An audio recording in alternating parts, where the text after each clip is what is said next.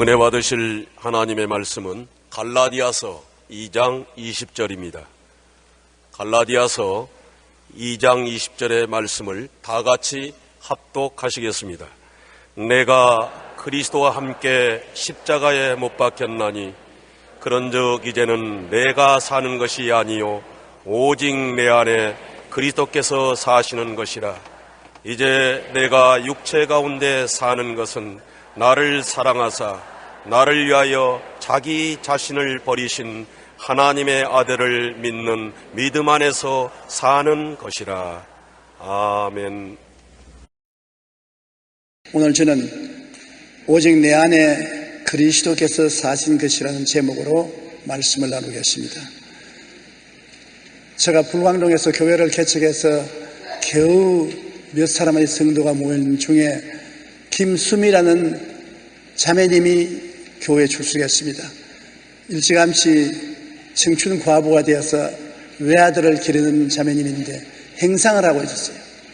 전도를 받아서 교회에 나와서 예수를 믿고 그렇게 기뻐할 수가 없어요.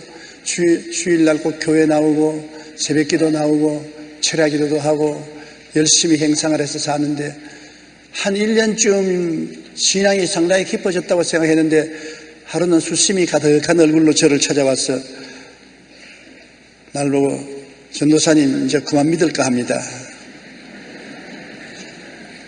무슨 말을 그런 말씀을 하십니까?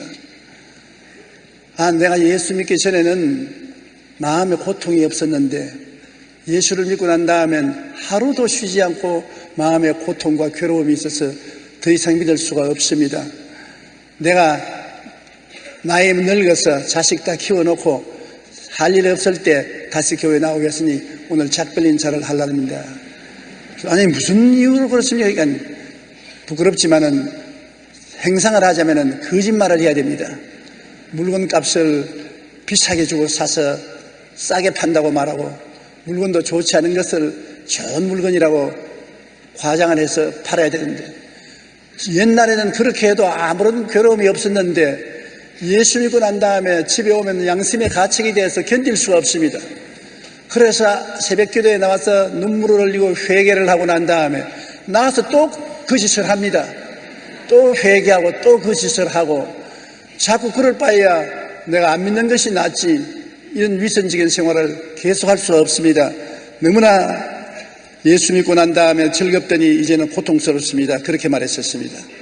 여러분, 우리는 예수님을 믿자마자 우리 안에서 육과 영의 전쟁에 일어나는 체험을 다 갖고 있습니다. 예수 믿기 전에는 육만 살았으니까 영이 없으니까 전쟁이 안 일어나죠. 그러나 내가 예수를 믿고 난 다음에 그리스도로 말미암아 죽은 영혼이 부활했기 때문에 영혼이 하나님을 섬기려 나가려는데 육체는 마귀와 세상을 따라 나가려고 하니까 싸움이 벌어지는 것입니다. 여태까지 내가 나의 주인이요 내가 원하는 대로 산 것은 내 영이 죽어 있었기 때문에 아무 저항력이 없어서 내 마음대로 했습니다. 그러나 예수님을 믿자 영혼이 살아 일어나서 그 사람 즉 육체의 사람과 주권 다툼을 하는 것입니다. 내가 육체적인 사람이 무슨 일을 하려고 할 때 영적인 사람이 주권 다툼을 하는 것입니다. 바울 선생은 그것을 로마서 7장 14절로 24절에 이렇게 말했었습니다. 우리 다 같이 읽어보십시다. 우리가 율법은 신령한 줄 알거니와 나는 육신에 속하여 죄 아래 팔렸도다. 내가 행하는 것을 내가 알지 못하노니 곧 내가 원하는 것은 행하지 아니하고 도리어 미워하는 것을 행함이라. 만일 내가 원하지 아니하는 그것을 행하면 내가 이로써 율법이 선한 것을 시인하노니 이제는 그것을 행하는 자가 내가 아니요 내 속에 거하는 죄니라.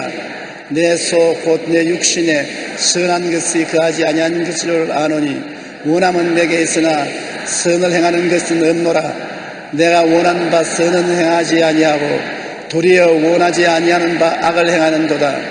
만일 내가 원하지 아니하는 그것을 하면 이를 행하는 자는 내가 아니라 내 속에 거하는 죄니라. 그러므로 내가 한 법을 깨달았노니 곧 선을 행하기 원하는 나에게 악이 함께 있는 것이로다. 내 속 사람으로는 하나님의 법을 즐거워하되 내 지체 속에서 한 다른 법이 내 마음의 법과 싸워 내 지체 속에 있는 죄의 법으로 나를 사로잡아 오는 것을 보는도다. 오라 나는 곤고한 사람이로다. 이 사망의 문에서 누가 나를 건져내리야. 사도 바울 선생이 기록하는 것입니다. 그 개인의 생애 속에 체험담인 것입니다. 내 속 사람으로는 하나님의 법을 즐겨가는데 내 그 사람은 세상과 마귀를 좋아해서 따라간다. 이 두 사람이 내 속에서 맹렬한 싸움을 하고 있으니 그가 갈라져서 고통을 당하고 있다. 오라 나는 공고한 사람이로다. 이 사망의 몸에서 누가 나를 건져내려고 탄식한 것입니다. 어느 알코올 중독자는 이렇게 고백했습니다. 아무리 술을 먹지 않으려고 마음으로 노력하고 결심해도 술의 엄청난 유혹과 무자비한 욕망을 이길 수가 없다. 제가 불광동에서 유화문 씨라고 한경북도 북층에서 피난온 분인데 10년 동안 알코올 중독자로서 한시도 빼지 않고 술을 먹습니다. 그가 지나가면서 술똥 냄새가 나는 것입니다. 근데 그 부인이 교회에 나와서 예수 믿고 난 다음 그와 저와 석 달을 위해서 기도를 하는데 석 달을 기도해도 그는 교회에 따라 나와서 기도를 하니 술맛이 더 있다고 큰 소리를 치고 아주 절망지게 했었습니다. 절대 자기 힘으로 술을 끊을 수가 없어요.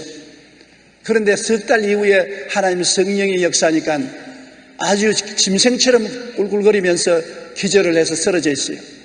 그래 부인이 빨리 집에 와서 도와달라고 해서 가니까 굴굴굴 돼지같이 굴거리면서 아주 눈을 뒤집고 몸부림을 치는 것을 예수 이름으로 기도하고 찬송을 부르고 안수해주고 나니 잠이 드는 것을 보고 봤는데 그 하루 만에 깨끗이 알코올 중독에서 노예남을 받는 것을 보았습니다.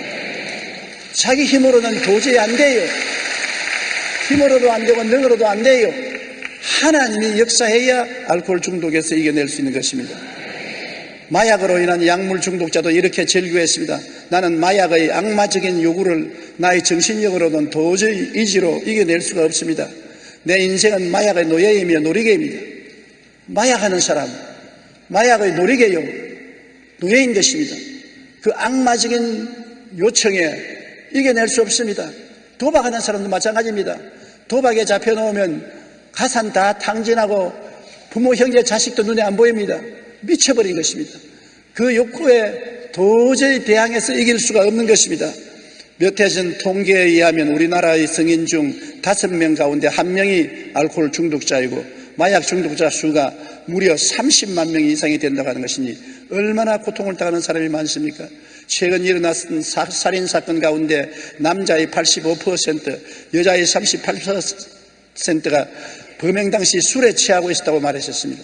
술이 취해서 제정신이 아닌 가운데 사람을 죽였어요.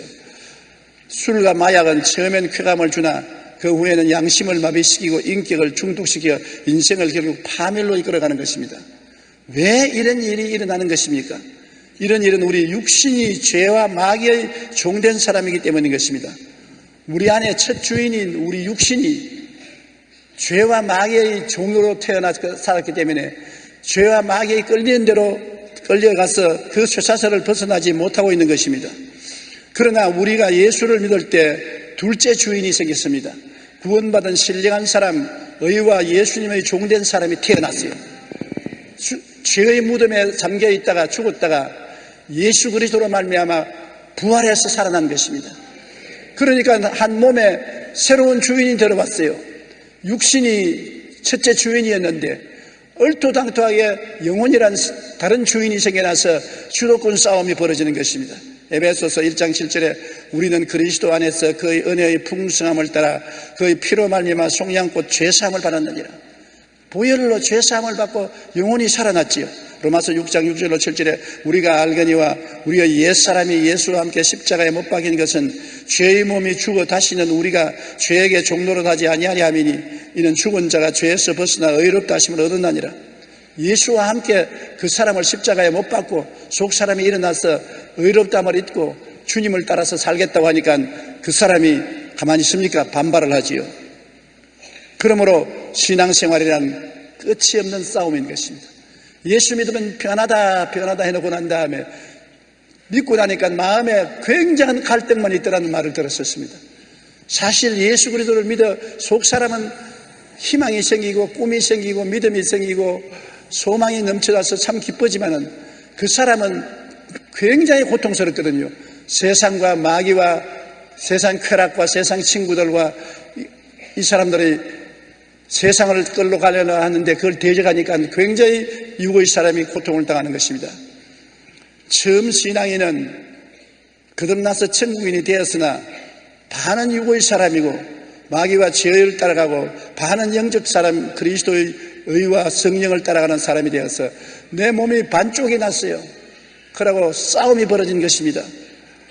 로마서 8장 12절로 13절에 그러므로 형제들아 우리가 빚진 자로 돼 육신에게 져서 육신대로 살 것이 아니라 너희가 육신대로 살면 반드시 죽을 것이로되 영으로서 몸의 행실을 죽이면 살리라. 자, 죽이고 살리는 싸움이 벌어지는 것입니다. 육신 따라가면 영은 죽는다. 영이 살려면 육신을 죽여야 된다. 그러므로 우리 속에 일어나는 싸움은 보통 싸움이 아니라 살벌한 싸움입니다. 죽기 아니면 살기로 싸움을 하는 것입니다. 겉으로는 웃지만은 속으로는 찡그리고 고통을 당하고 있는 것입니다. 레슬링 선수들이 서로 엉켜서 밀고 땡기고 하는 것은 누구든지 이기려고 하는 것입니다. 지금 우리 영과 육이 끊임없이 레슬링 시합을 하고 있는 것입니다. 그러므로 마음속에 평안한 날이 없는 것입니다. 내 속에서 전개되는 성령과 악령의 다툼은 끝이 없습니다. 로마서 8장 5절로 6절에 육신을 따르는 자는 육신의 일을, 영을 따르는 자는 영의 일을 생각하라니 육신의 생각은 사망이요 영의 생각은 생명과 평안이니라. 육신은 자꾸 육신의 생각을 합니다. 영화 보니 참 좋더라, 술 마시니 좋더라, 도박하니 좋더라, 음란하고 방탕하니 좋더라, 세상 쾌락을 짜증하니 좋더라, 그리 따라가라, 오늘 주일인데 그리 친구들하고 놀러가라, 교회 가지 마라, 그런 생각을 자꾸 줍니다. 그런데 영의 생각은 아니라 내가 예수를 믿고 죄에서 놓여나서 거듭났으니 성령이 마음속에 계시니 하나님 말씀을 따라 예배드리고 하나님 영광을 위해서 살고 그리스도를 믿는 사람들과 친변을 사귀고 말씀 읽고 기도해야 된다. 정반대입니다. 그래서 싸움이 붙고 마음이 요란스러우니까 바울 선생이 뭐라고 말했습니까? 오라 나는 공고한 사람이로다. 이 사망에 오면서 누가 나를 건져내랴. 사람의 힘으로 건져낼 수 없는 것입니다. 영과 육의 치열한 싸움, 마귀와 성령과의 치열한 싸움이 우리 속에 일어나는 것입니다. 한 인디언 노인이 손자에게 삶에 대한 일을 가르쳤습니다. 노인이 손자에게 이렇게 말하셨습니다. 마음속에서 늘 싸움이 일어난단다. 그 싸움은 너무나 끔찍한 싸움이어서 마치 두 마리 늑대가 싸우는 것과 같단다. 하나는 악마 같은 놈인데 분노, 질투, 슬픔, 후회, 탐욕, 교만, 분개, 자기 연민, 죄의식, 열등감, 거짓, 허영, 잘난 체하고 자신의 거짓 자아를 나타낸단다. 그러나 다른 놈은 선한 늑대로서 기쁨, 평화, 사랑, 희망, 친절, 선의, 고요함, 겸손함, 동정심, 관대함, 진실, 연민, 신뢰를 나타낸단다. 이 같은 싸움이 내 안에만 있는 것이 아니라 너도 살아가면서 이 두 마리의 늑대가 너희 속에서 끊임없이 싸운단다. 손자가 깨끗 하면서 할아버지, 그러면 어느 늑대가 이깁니까? 그 할아버지가 싱긋 웃으면서 그야 내가 먹이를 주는 놈이 이기지. 아주 현명한 대답입니다. 어느 늑대가 이기느냐? 나쁜 놈은 늑대에게 먹이를 주면 그 힘을 얻어가지고 나쁜 놈은 늑대가 이기고, 좋은 늑대에게 먹이를 주면 좋은 늑대가 힘을 얻어서 나쁜 늑대를 굴복시키는 것입니다. 우리 마음속에 육에 자꾸 양식을 먹입니다. 육을 따라서 세상을 따라가고 쾌락을 따라가고 술 취하고 방종하고 방탕하면 육을 자꾸 키워주는 것 때문에 육이 힘을 내어서 영을 뒤엎어버리죠. 그러나 우리가 회개하고 말씀 읽고 기도하고 예배 참석하고 성도와 교통이 많아지고 하나님과 동행하면 영을 자꾸 먹여주는 것이기 때문에 영이 힘을 얻어가지고서 육을 눌러버리고 육을 승리하게 되는 것입니다. 우리가 어느 편을 먹여주는가에 따라서 우리의 인생이 달라지는 것입니다.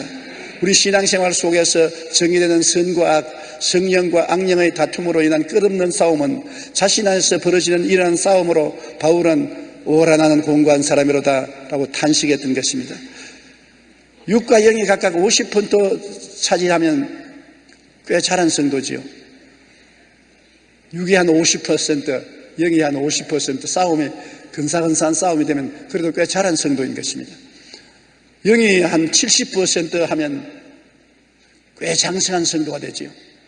물론 100% 영이 점령하면 그리스도가 내 마음에 100% 거하면 완전한 승리가 되지요.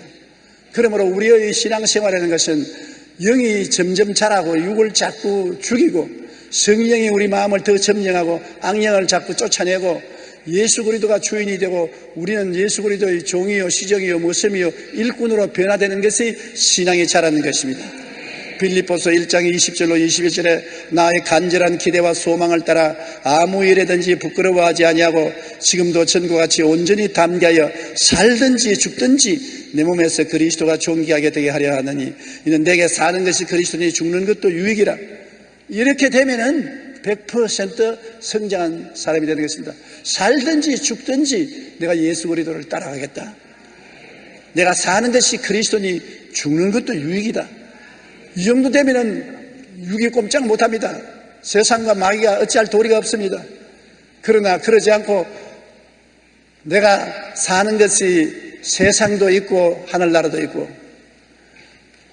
내가 존재하는 것이 육도 있고 영도 있고 그렇게 되면 끊임없는 투쟁과 마음의 갈등과 고통이 있습니다.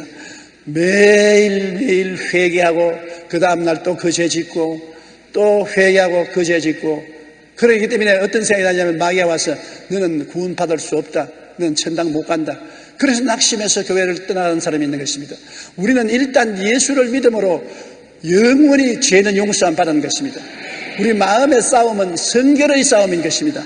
얼마나 더 거룩하게 되느냐 30%, 70%, 100% 거룩하게 된 싸움인 것입니다. 우리 구원의 전쟁은 예수님이 전쟁해 주셨습니다. 예수님이 우리 위해서 십자가에 못 박여 우리의 원죄와 자범죄를 영원히 다 갚아버렸습니다. 그러므로 죄에 대한 빚은 다 청산되었으니 예수를 믿음으로 구원은 받아 나았지만은 구원받은 다음에 성결하게 되어야 되는 것입니다. 성결한 싸움이 바로 육과 영의 싸움이요 마귀와 성령의 싸움인 것입니다. 우리가 성결하게 되면 될수록 우리 신앙이 자라고 하늘나라에 올라가면 주님과 더 가까이 거할 수가 있는 것입니다. 영이 약할수록 하늘나라 가면 주님께로부터 멀리 떨어져 있고 영광도 광채도 적게 나는 것입니다. 그러므로 예수를 믿고 난 다음에 구원은 받아 놓았으니까 그 구원을 받아 놓은 터전 위에서 우리는 싸우는 것입니다. 그러므로 매일 회개해도 좋아요. 1000번, 10,000번 회개해도 좋아요. 회개를 자꾸 하고 하나님의 도움을 구함으로 우리가 서서히 이겨나갈 수 있는 것입니다. 자꾸 회개할 더 이상 회개할 필요가 있느냐 자꾸 죄 짓는데 그러면 안 되는 것입니다. 예수님의 주인이 마음에 되기까지 항상 우리가 투쟁을 해야 되는 것인데 늘 우리가 알아야 될 것은 우리는 그리스도와 함께 십자가에 죽었다는 것을 알아야 되는 것입니다.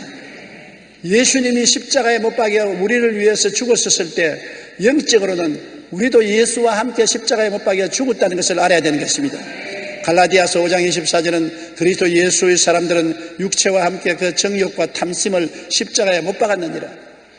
정욕과 탐심이 우리에게 일어나서 우리를 휘어잡을 때 우리는 도저히 못 이긴다고 생각했는데 실상을 보면 내용적으로 벌써 정욕과 탐심은 이빨 빠졌습니다. 십자가에서 이미 못 박힌 것입니다. 그러므로 우리가 결심하고 싸우면 이길 수가 있는 것입니다. 큰 협박을 하고 공갈을 하고 고함을 치지만은 실상은 이빨 빠진 호랑이인 것입니다. 우리가 당연히 십자가를 가지고서 대결하면 이미 십자가의 승리가 우리에게 다가오는 것입니다.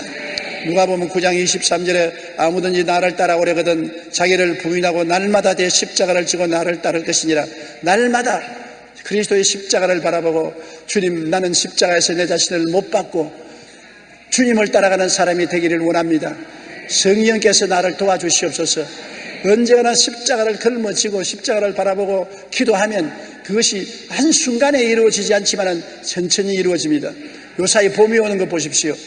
봄이 다 왔는가 하면 또 겨울이 오고 또 겨울이 오는가 하면 또 봄이 오고 꽃이 피는가 하면 또 눈이 오고 눈이 오는가 하면 또 단비가 내리고 왔다 갔다 합니다. 그러나 결국은 봄이 오고 겨울은 물러가고 마는 것입니다. 그와 같이 우리가 한번 주님께 은혜 받아서 굉장히 행복했으나 또 죄를 짓고 낙심하고 절망하고 그 다음 또 회개하고 일어나면 또 신앙이 자랐다가 또 쓰러지고 그런 일이 굉장히 많습니다.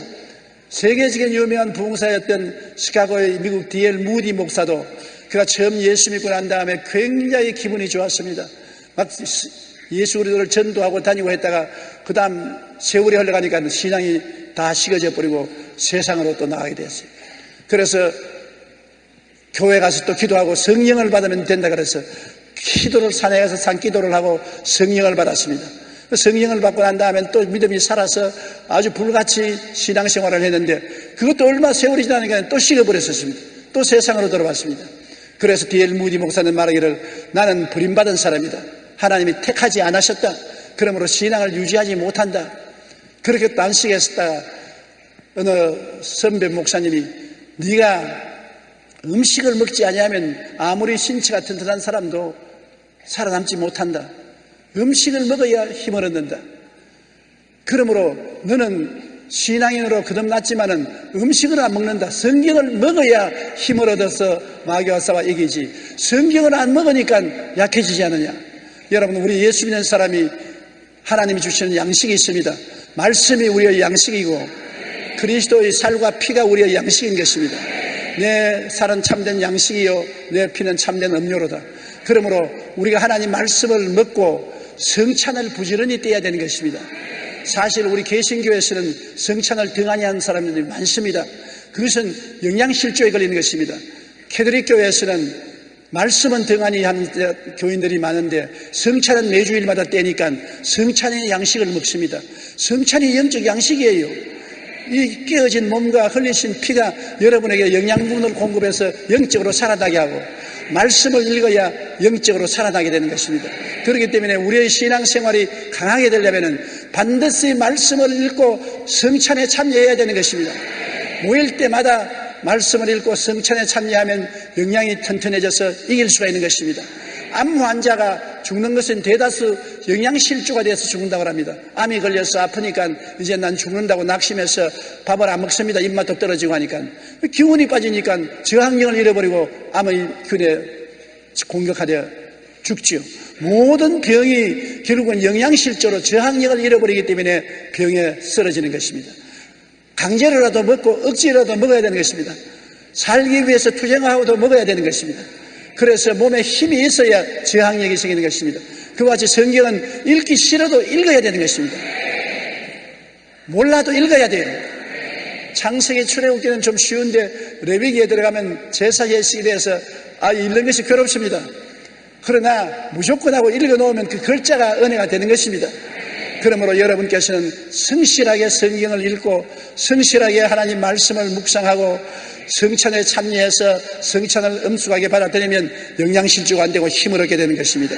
그래서 그리스도와 함께 우리는 승리할 수 있는 삶을 살 수가 있게 되는 것입니다. 그래서 내가 점령한 나의 삶을 하나하나 예수님께 내놓아야 되는 것입니다. 우리는 제일 처음에는 내가 나를 점령하고 있지 않습니까? 그러나 예수 믿고 난 다음에는 예수 성령께서 우리 속에 들어와서 점점 우리를 점령해 주시려고 하는 것입니다. 그래서 나라는 육체와 성령 예수님과 싸움이 벌어지는 것입니다. 근데 우리가 하나님 말씀을 먹고 성찬을 떼고 성령에 충만해지면 하나님 편에 서서 힘이 생기기 때문에 점점 육체인 나를 굴복시키는 것입니다. 주인이 내가 예수님의 종이요 시종이요 머슴이요 일꾼이 되어야만 되는 것입니다. 내가 주인이 되면 안 되는 것입니다. 인생을 이제 내가 주장하고 살면 안 되는 것입니다. 내 안에 주님께서 살아서 주인이 내 주인이 되고 나는 주님을 섬기는 일꾼이요 머슴이요 시종이요 종이 되어야 되는 것입니다.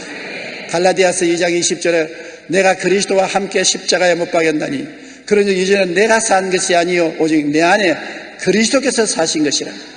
십자가에 함께 못 박여서 그리스도와 함께 죽었으니 이제는 나는 죽은 자요 예수님이 부활해 살아났으므로 예수님이 내 속에서 주인으로 살게 된 것이 사실이라는 것입니다. 진리를 알지니 진리가 너희를 자유케 하리라고. 여러분의 현실은 예수님과 십자가에서 함께 죽은 것이 현실입니다. 그리고 여러분 속에 예수님이 살아있는 것이 사실입니다. 이 진리를 알고 마귀에게 대항해야 되는 것입니다. 나는 그리스도와 함께 십자가에서 못 박혀 죽었다. 이제 내가 산 것은 내가 아니다. 그리스도가 내 안에 사신 것이다. 이제 내가 육체 가운데 사는 것은 나를 사랑하사 나를 위하여 자기 자신을 버리신 하나님의 아들을 믿는 믿음 안에서 사는 것이라. 그렇게 믿음을 강하게 해야 되는 것입니다. 이제 내 속에 나를 사랑하사 나를 위하여 목숨을 버려주신 그 아들 예수님이 사는 것이다. 예수님이 살면 자기 피를 흘려서 값주고 산 우리를 점령했으니까 얼마나 우리를 돌봐주시겠습니까? 종교개혁자 마르틴 루터르는 언제나 자기 전에 창문가에 서서 하늘을 쳐다보고 이렇게 말했다는 것입니다. 하나님, 하늘과 땅과 우주가 내 것입니까? 하나님 것입니까? 하나님 것이지요. 내 일생이 내 것입니까? 하나님 것입니까? 하나님 것이지요. 오늘 이 하룻밤이 내 밤입니까? 하나님 밤입니까? 하나님 것이지요. 그럼 나 안심하고 잘납니다. 우주가 내 것이면 내가 걱정해야 돼요. 인생이 내 삶이면 내가 걱정해야 돼요. 자고 깨는 것이 내 것이면 내가 걱정해야 돼요. 그러나 내가 아닌 예수님이 마음에 점령하면 예수님이 걱정하는 것입니다. 그렇기 때문에 예수님이 수고하고 무거운 짐진 자들아 다 내게로 오라. 내가 너희를 쉬게 하리라. 내 짐을 야훼께 맡겨라. 그래야만 너를 돌보시리라고 말씀하는 것입니다. 내가 주인이 되면 내가 책임을 따져야 되는 것입니다. 그러나 내가 주인이 안 되면, 예수님이 주인이 되면 예수님께 짐을 다 맡기면 예수님이 맡아서 능력으로 주장해 주시는 것입니다.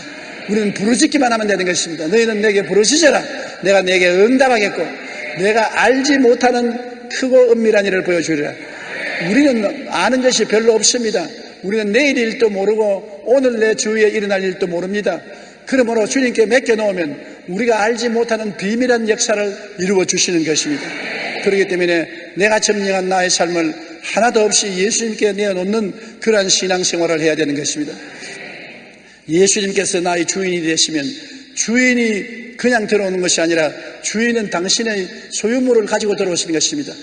의로움을 가지고 들어오시는 것입니다. 우리 죄를 보혈로 다 용서하고 의로움을 주님께서 가지고서 우리 속에 들어오는 것입니다. 또 주님이 우리 속에 들어올 때는 모든 더러움을 다 씻어버리고 성령으로 거룩함을 가지고 들어오시는 것입니다. 예수님이 우리 속에 들어올 때는 우리의 병과 연약을 다 청산해버리고 치료와 건강을 가지고 들어오시는 것입니다. 예수님이 우리 속에 들어올 때는 모든 저주의 가시체와 은거키를 제하고 아브라함의 복을 가지고 들어오시는 것입니다. 예수님이 내 속에 주인으로 들어올 때는 죽어서 부활하시기 때문에 사망과 음부를 멸하시고 영생 복락 천국을 가지고 들어오시는 것입니다. 그러니 내 인생이 얼마나 보배로워지는 것입니까? 아담과 하와가 타락하고 영이 죽고 난 다음 하나님을 잃어버리고 비참한 가난한 사람이 되었습니다. 의도 잃어버리고 죄의 노예가 되고 추함의 노예가 되고 질병의 노예가 되고 저주와 가난의 노예가 되고 멸망과 지옥의 노예가 되어서 비참하게 삽니다. 오늘 사람들은 나는 부자라 내게 부족함이 없다 하는 사람들이 많이 있어도 그것은 겉으로 잠시 있다 사라지는 물질적인 부자요, 영으로는 헐벗고 가난하고 눈물고 기물고 벙어리 되고 절망에 처한 사람인 것입니다. 그런데 예수님이 들어오면 이것이 다 달라져 버리고 말아요. 예수님께서는 우리 속에 들어오는 태양처럼 빛을 비치며 들어와서 우리에게 의로움을 주시고 거룩함을 주시고 치료를 주시고 아브라함의 복을 주시고 영생 복락 천국을 주시고 우리와 같이 계신 것입니다. 시편 103편 3절 5절에 내 영혼아 야훼를 송축하라. 내 속에 있는 것들아 다 그 성호를 송축하라. 내 영혼아 야훼를 송축하며 그 모든 은택을 잊지 말지어다. 잊지 말아야 했습니다. 그 은택이 뭡니까? 제가 내 모든 죄악을 사하시며 내 모든 병을 고치시며 내 생명을 파멸해서 구속하시고 인자와 긍휼로 관을 씌우시며 내 소원을 만족해 하사 내 청춘으로 독수리같이 새롭게 하시는도다. 이게 하나님의 은택이니 잊지 말라는 것입니다. 예수님이 들어오시면 이러한 역사가 일어나는 것입니다. 주님이 그냥 들어오는 것이 아닙니다. 죄악을 다 청소해버리는 것입니다. 병을 다 치료해버리는 것입니다. 소원을 일으켜 주시고 파멸을 멸하여 주시고 영혼의 잘됨같이 범사의 잘됨에 강건하고 생명을 얻되 풍성하게 얻게 만들어 주시는 것입니다. 고난이 없는 인생은 없습니다. 우리가 살아갈 동안에 여러 가지 시험과 환난과 고난이 다가와도 예수님이 그 고난을 다 변하여 선으로 만들어주는 것입니다. 고난 없는 인생은 찾을 수가 없습니다만 승리하는 인생은 찾을 수가 있는 것입니다. 환난이나 공고나 적신이나 위험이나 기근이나 칼이랴 죽음이랴 우리는 이 모든 일에 우리를 사랑하는 이로 말하면 우리가 넉넉히 이기다니라. 우리는 이기는 삶을 살 수 있는 것입니다. 왜냐하면 승리자 예수님이 우리 속에 와서 계시기 때문인 것입니다. 우리 마음의 주인을 우리가 확실히 모시는 생활이 우리 신앙생활에 가장 중요합니다. 톨스토이는 이런 말을 했습니다. 사람이 성자일수록 자신을 죄인의 괴수라고 하고 도덕적으로 겸손하게 산다는 것입니다. 영락교회 한경직 목사님이 상급을 받았을 때 기자가 물었었습니다. 일평생 신앙생활을 어떻게 하셨습니까? 나는 죄 덩어리요. 죄밖에 지은 것이 없습니다. 한경직 목사처럼 겸손하고 거룩하고 착하게 사는 분이 자기 일생은 죄 덩어리라고 말했었습니다. 그것은 신앙이 깊을수록 도덕적으로 겸손하게 말하며 저는 죄의 덩어리라고 말합니다. 그러나 적당하게 나쁜 사람은 자신은 다른 사람과 비교해서 별로 나쁘지 않다고 합니다. 내가 뭐 그런 나쁘냐? 다른 사람도 다 이렇게 사는데. 그리고 고약한 사람은 내가 사는 것이 바르게 사는 것이지 누가 바르게 사느냐? 내가 사는 것이 바르게 산다.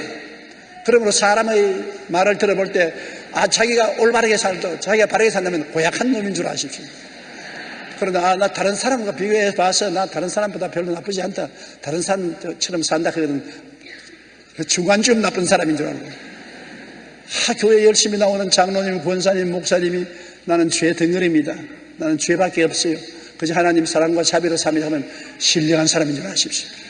겸손하고 자기를 아는 사람인 것입니다. 우리는 정말 죄 가운데서 어머니 뱃속에 잉태했습니다. 왜냐하면 아담은 죄를 우리에게 상속으로 주었었습니다. 아담의 피를 받은 사람은 뱃속에서부터 원죄를 걸머쥐고 태어나서 일평생을 살면서 지은 것은 죄밖에 없습니다. 죄 덩어리요. 우리의 힘으로 절대로 씻고 씻어도 정결하게 될 수가 없습니다. 예수님의 보혈이 오면은 청산을 해버리죠. 나의 죄를 씻기는 예수의 피밖에 없네. 그리스도의 피밖에 없습니다. 갈보리산 십자가에서 예수님이 내 죄를 걸머쥐고 하나도 없이 고통을 통해서 다 청산해버리고 내가 다 갚았다 하고 세상을 뜨신 것입니다. 그래서 주님이 죽어서 무덤의 감옥에 들어갔다가 사흘 만에 죄를 다 털어버리고 감옥에서 나와서 부활하신 것입니다. 그러므로 예수님 밖에는 우리를 용서하고 의롭게 할 자가 없는 것입니다. 내 힘으로 조금이라도 거기에 보태고 빼려고 하면은 나쁜 사람입니다. 하나님의 공로를 의지하지 않은 사람이겠습니다. 우리는 전적으로 예수님을 의지해서 구원을 받았으니 이제 구원받은 사람답게 사는 것이 우리의 싸움인 것입니다. 구원받은 사람인 영적인 사람이 구원을 아직 받지 못한 육적인 사람과 끊임없이 싸우는 것입니다. 이 싸움은 이미 이겨놓은 싸움인 것이, 왜냐하면 예수님이 우리 육을 데리고서 십자가에 못 박았기 때문에 이미 우리는 이겨놓은 싸움을 싸우는 것입니다. 그래도 자꾸 달라드는 것입니다. 한평생에 육을 입고 사는 이상 육은 우리에게 도전하고 도적질하고 죽이고 멸망시키려고 덤벼드는 것입니다.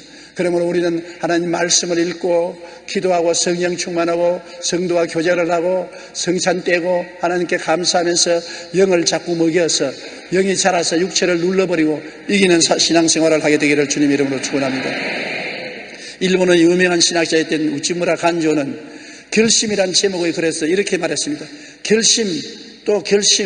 결심을 하는 것은 결심을 깨뜨리는 것과 같다고 말했었습니다.